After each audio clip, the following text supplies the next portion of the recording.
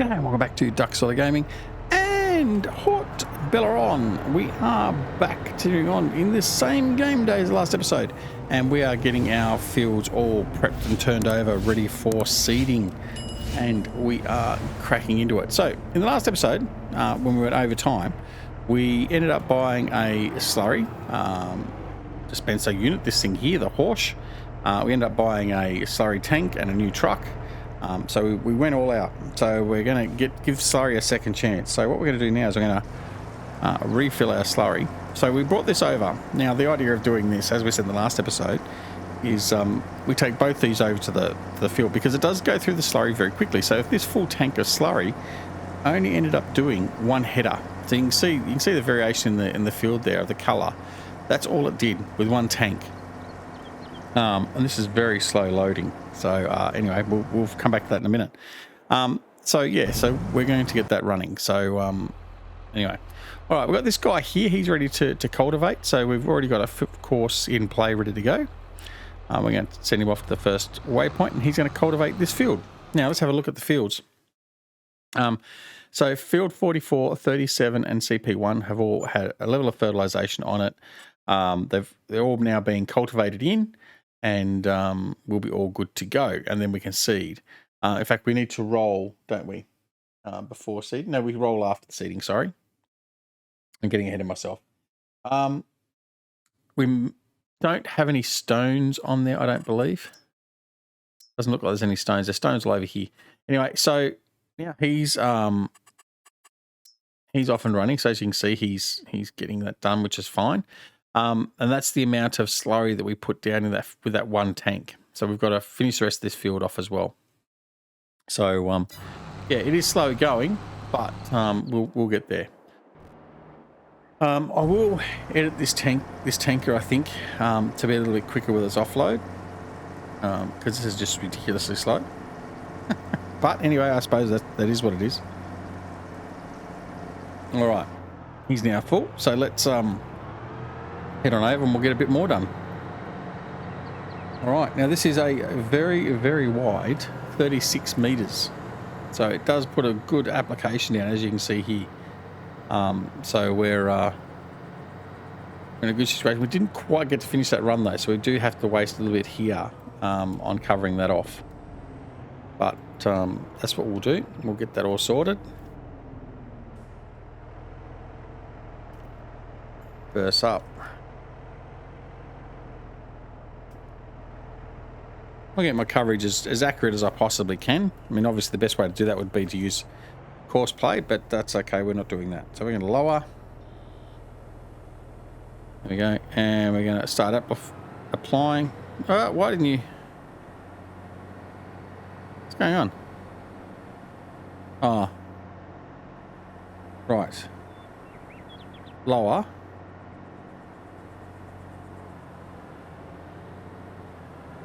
Why are you not applying? Why are you applying? You are applying. There we go. No, it's all right. It's just me. So I've wasted 20% of my tank already. That's okay. We'll sort it out eventually. We will need to fill that tanker up as well, because we won't have enough to sustain this whole field. We'll have to go off and refill at the cow shed.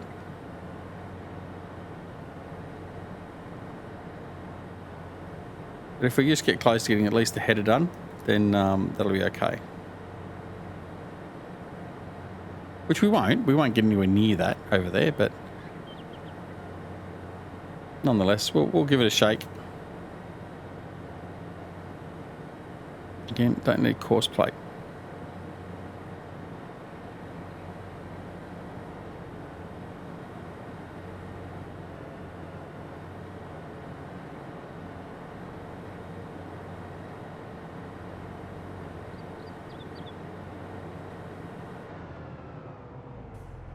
There we go. All right, we're just going to reverse up here. I'm going to bring the truck down. I can see where I need to place it, and if I don't need to fold it up.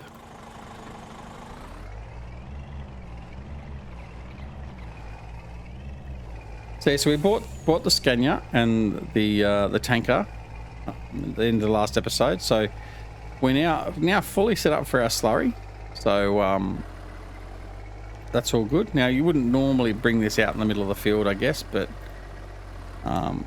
we'll do it anyway. So I'll see if I can fill it up from the back without folding up. Oh, there we go. It does work. Oh, really? Did that fill that up? No. Seriously, that didn't just happen, did it? It did. Right. So if I load the horse itself, like I tell this to load from here, it goes really slow. But if I load it from the tanker and I do an overload, it's yeah, so much quicker. All right. Anyway, let's just get this going again. All right. We're laying it down, so that's okay. Let's go.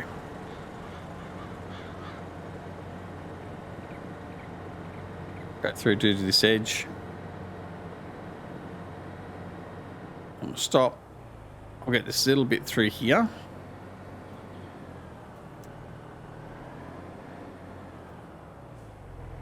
Just to match it up.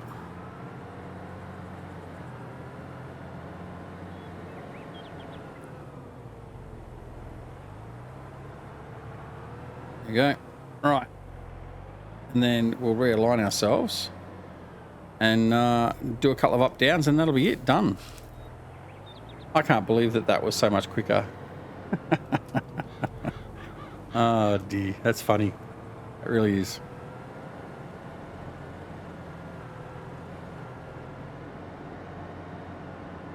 All right.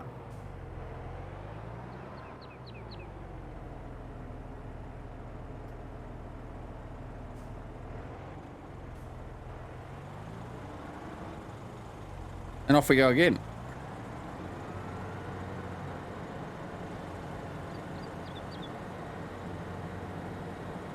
But yeah, it's not too bad. I take it back. The slurry's not that bad. It's just you need to understand how much it does use a lot. So obviously it's injecting a shit tin of slurry under the ground there. But yeah, that's okay. Now I guess it was just the fact that I didn't sort of really understand the amounts and levels that we need to utilize to effectively put the slurry into the ground. So yeah, that's fine. We'll probably use slurry here and there going forward.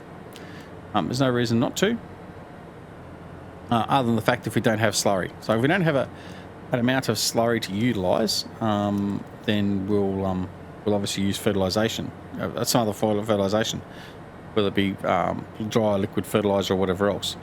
So that's fine. All right, there we go. Raise him up. So we're done there.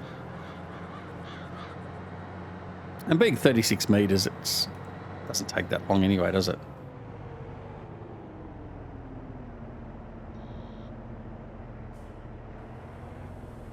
Lower him again. And we'll get started. All right. And there we go. We're empty. All right. Okay, time to get the truck again. Again, not ideal driving on the middle of the field. This isn't going to fill him up either. So we'll fill up the unit now, and then we'll go off and we'll. It's funny how the Xerion is the last thing to be painted in there. We will go and fill this back up, this tank back up, before we do anything else. Come back in, get the overload, and it'll just fill it up lickety split. Here we go. There we go, done. I love it. I think it's funny. I really do. All right, let's go fill this back up again.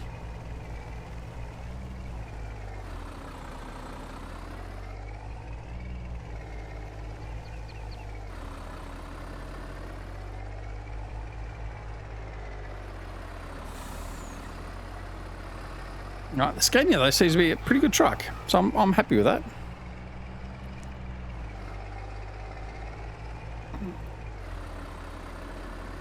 And it fits in well with the Mapron, doesn't it? I mean, Scania's quite a popular brand in Europe, so yeah.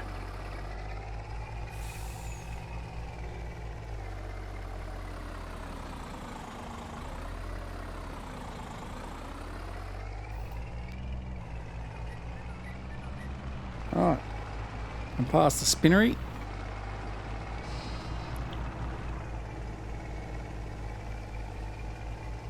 Up here and we'll get a bit more slurry. And then that should basically could mean we've used a bit of our slurry up. So come on. What have we got now? Yeah, so we've only got 54,000 left now, so that's or even possibly less. 35,000. Now we're full. So yeah, that's okay. All right, let's go back up. We have to fill him up once more, I think, at least. And then we should be done pretty much, so. And like I said, instead of folding the tractor back up, or the applicator back up and bring it all the way back to the farm and filling up, it actually makes sense to have this available to do that.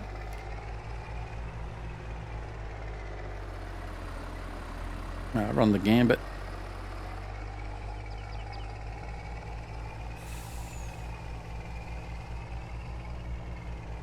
All right, I won't go over and fill him up yet. We'll let him go off with his current load, and then we'll fill him up at the end. All right. So again, we're off and running. No. Let that change, right?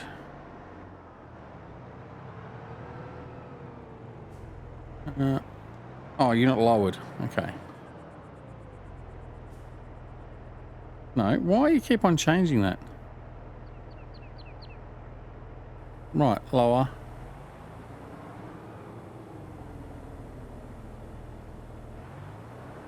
There you go, now you're applying. Oh, it's okay. We'll come back and tie that a little bit up later.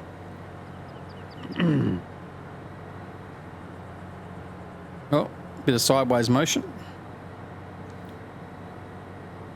Bit of drift with the trailer, with the horse.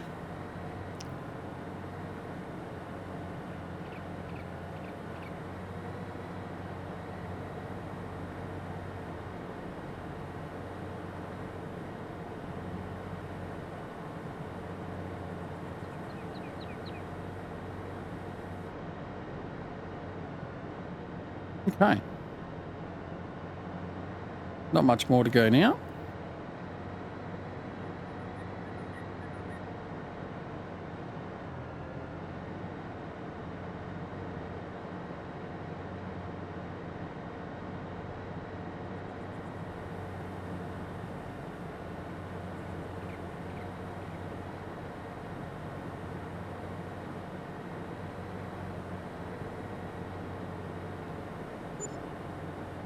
Almost there.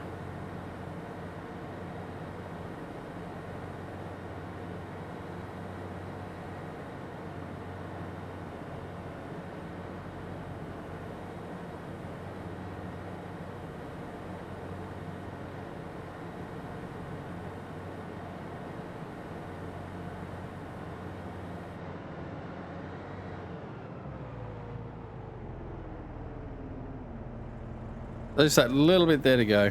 That's not too bad. I'm reasonably happy with that. That was quite good. Apart from the fact you got to refill it so often. Not too bad actually at all.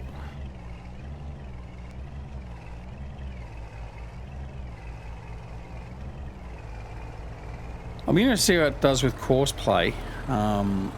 Without telling it to go on autofill, I'd be interested to see whether it starts straight back up and just will continue on. I mean, that could be interesting to see, but anyway. We'll get this little bit done here, and then all done, tickety-boo.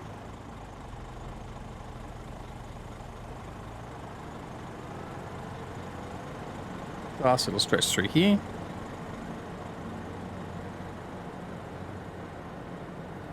There you go. We've actually got it. We've done a full field of slurry. There you go. Who said we'd never come back to it? All right. Excellent. I'm actually quite happy with that. Was it worth the investment of $300,000? I don't know. Time will tell, I suppose. I mean, we do need to use a slurry, so it's not that bad of an idea to do it. So.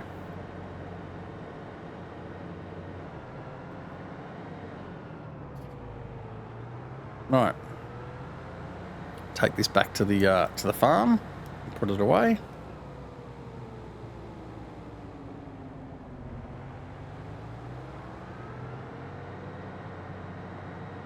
But because this won't be used very often, I'm going to take this over to the back shed near the spinnery and leave it there. I'll put the trailer there as well, the tanker trailer.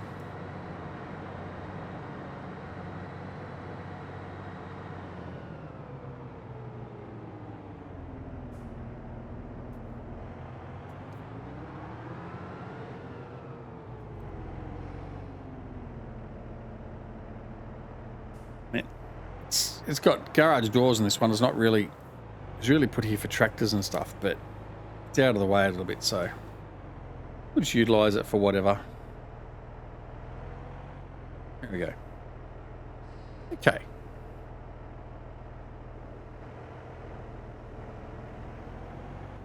There we go, he's away. Excellent. Now we're coming into night time now, so get everything put away. Well, within reason, and then we'll move on to the next game day. Cultivating is almost done on that field, which is excellent. We'll let him finish off.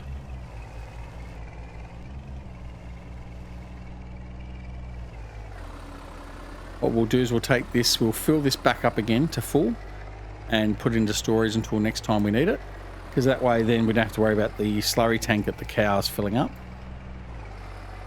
It'll take the last little bit, the 35,000. It'll take almost the 35,000, and then that means that our slurry tank is basically empty at the cow shed. So that's all good.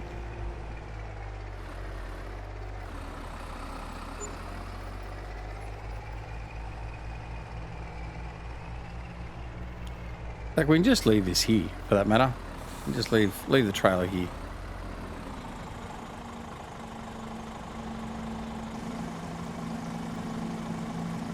There we go. Alright, so we're going to drop the trailer off here. And we'll go put the truck away.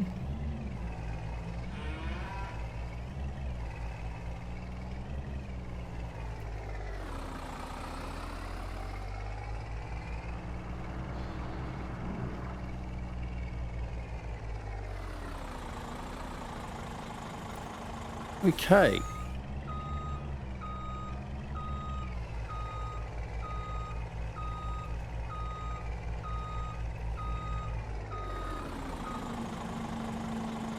Okay, he's away.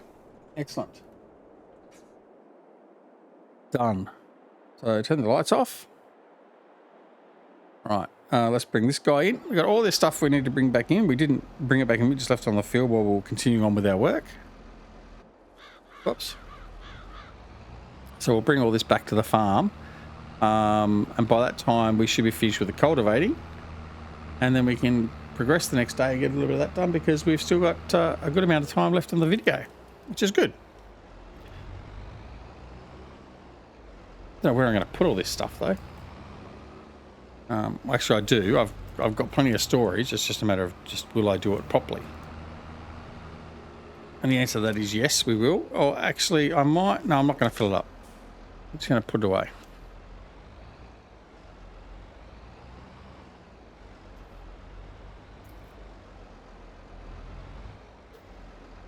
No, you know what? I'm just going to leave it here for now. Method to my madness, I'm sure. All right. Has he finished? He has finished. Right. So he's going to be moving on to the next field. And we'll just bring him down to CP1. He can do that one next. This is the field he'll do on the next day. Okay. Clear his course out of the GPS system. There we go. Done. Shut you down. And anyone else floating around? You. Bring this one back as well.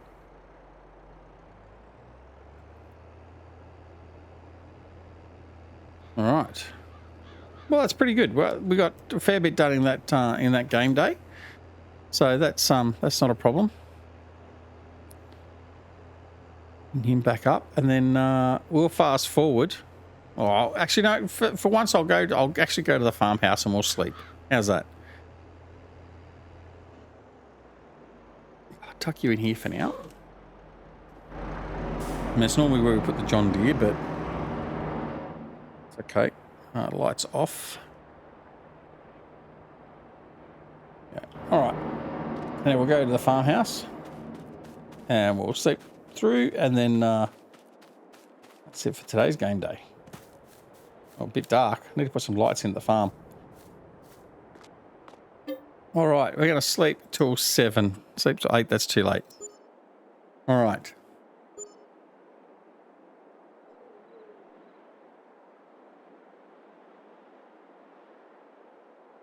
There'll be 2-6.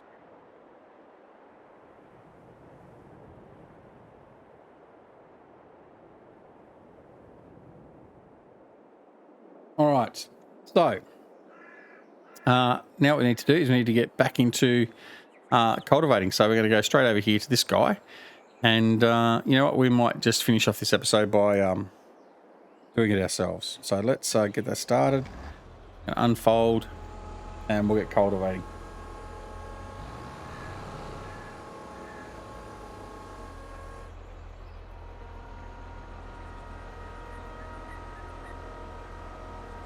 And then all we got left to do is the seeding. So if I have a look now at my calendar, canola. Yep. So first week of August, or first day of August, when we got to start planting all these fields with canola.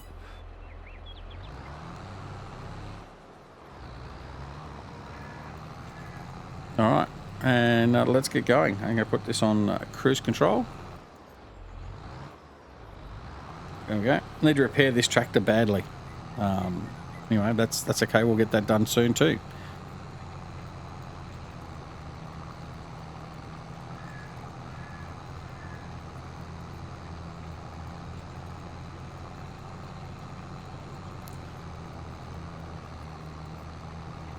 Oh, a bit nippy here this morning. So the other thing is too, by the time this video is out, the Kubota DLC should have been released. It'll be very interesting to see how that's received. I'm looking forward to it, actually. I don't mind the Kubota as a brand. I like their tractors. When I was last at AgQuip, I had a good look at all the Kubota equipment here in Australia, and yeah, I quite like it, and I like their livery and all that sort of stuff. I think they're quite a good little tractor. I mean, obviously I don't know practically how good a tractor they are, but they seem to be pretty good. So I'm looking forward to see what they're bringing to the party with the Kubota back. I have seen the fact sheets. I haven't really invested too much time in it. But yeah, so we'll just have to wait and see. But yeah, I just hope when they release the Kubota DLC pack that they fix all the little bugs that are still present. So I'd like to see them actually lift the pallet restrictions for PC and Mac fully, so we don't have to worry about running a mod to make sure we can do that. I'd like to see them fix the contractor issue, so the contracts issue, which my good mate JJ has been bleating about a lot. It really did affect his competition gameplay that he runs on his Twitch channel, which you should go check out, by the way. The other one was what was the other problem? The problem with losing the keybinds. So what I found is, I can replicate this almost every time. If I go into the in-game mod hub from the main menu and select and activate or deactivate mods, certain mods sometimes, a couple of mods in particular you can get at all time, and they are Giants mods, it will wipe out all the keybinds for the mods and anything extra you have. It'll keep the basic in-game keybinds, but it just resets effectively the keybind file back to default. Now, if you then escape out of the game, come back in, it's fine. The other one is, though, if you've done that, the way to check if it's going to resurrect itself and be fine is basically what you'll do after you've been into the in-game mod hub.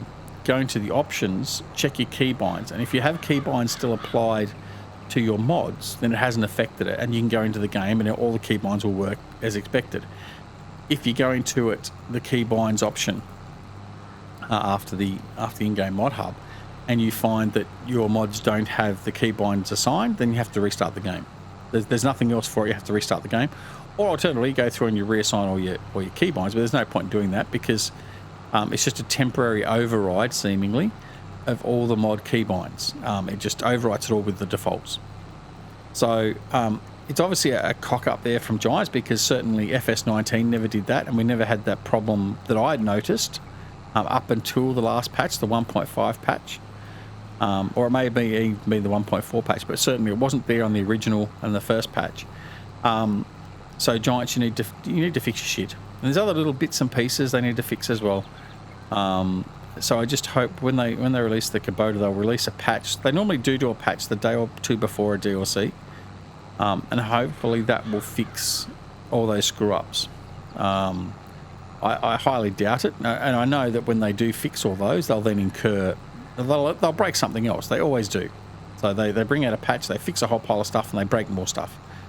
So let's hope they can buck that trend at some point eventually, and fix some stuff instead of just continuing to break it. Anyway, I'm not going to get on a rant. It's too easy to rant about Giants. And look, don't get me wrong, it's easy to rant about a lot of software publishers or game developers. But it's just, Giants just seem to take the lazy way out. It's like the palette thing is what really shitted me. It's like, oh yeah, we know there's a problem, but we don't consider it game breaking, so we're not going to bother about fixing it till the next patch, which is in about 6 months' time. It's like, it is game breaking, and it was game breaking. It was game breaking to everyone that was using the highlighted new part of FS22 production. So you're acting like a bunch of douchebags to start with, but anyway. Yes, I know I'm not going to ever become an ambassador or a partner of Giants. I know I speak ill of them. I'm not a fanboy. Look, I'm a fan of the game. I've enjoyed FS22. I'm enjoying FS22. Surprisingly enough, I've said that quite openly. I was pleasantly surprised with the release of FS22 and where it sits. I am enjoying my time on FS22 currently. Am I going to get as many hours into this as what I did with FS19, 4,000 plus hours? No, probably not. However, I'm still going to get the thousands of hours in because I'm producing content for the channel. So it's not as if I'm dissing the game entirely and not playing it. However, when there's things that are not done correctly by the publisher or the developer, and they choose not to either acknowledge it or fix it in a timely manner, well, they need to be called out for it. This whole thing in the gaming world now of every game effectively being released effectively at a beta stage because they can't be asked doing proper QA and testing it, and they just want to get it out there and make money. It's wrong. But the problem with that is us as consumers, the gamers, have created that by accepting and jumping to early releases, and taking them and just accepting them and playing them. Like this whole thing about the early access and all that sort of stuff. What you all need to realise, if you don't already realise it, is early access just means that it's a beta game. It's not a finished, polished game. I mean, go back 20 years ago when we were gaming, we didn't really have internet, or not to the same level we do now. Games were released and they were polished. Okay? Go back to the first Call of Duty. Go back to Medal of Honor. Go back to Microsoft Flight Sim, the original. They were polished games. There were very few issues with the game because they were thoroughly tested beforehand and they were released as a final game. Not now. But anyway. As a gaming community, gamers have caused that. And developers and publishers who've jumped on that and gone, oh, this is great. We can put the game out. We know it's not finished, but we can let them fix it and let modders fix it and all this sort of stuff. And we make money earlier instead of spending more money on testing. And that's what it is. I mean, they're making money earlier and decreasing the amount of money they have to spend on testing and QA. And one thing that Giants has never done well is QA. Their quality assurance team has always been incompetent, in my words. Yes, and I said it. They are incompetent. They have been incompetent. They still are incompetent. So, anyway. So, Giants, if you were thinking about making me an ambassador and sending me all these gifts, then I really do appreciate it. Thank you. But I know I've shot myself in the foot. And you know what? I don't really care. I really don't care. Besides which, you don't believe Australians exist anyway, so why does that matter? All right. Let's move along. In fact, let's just leave it there.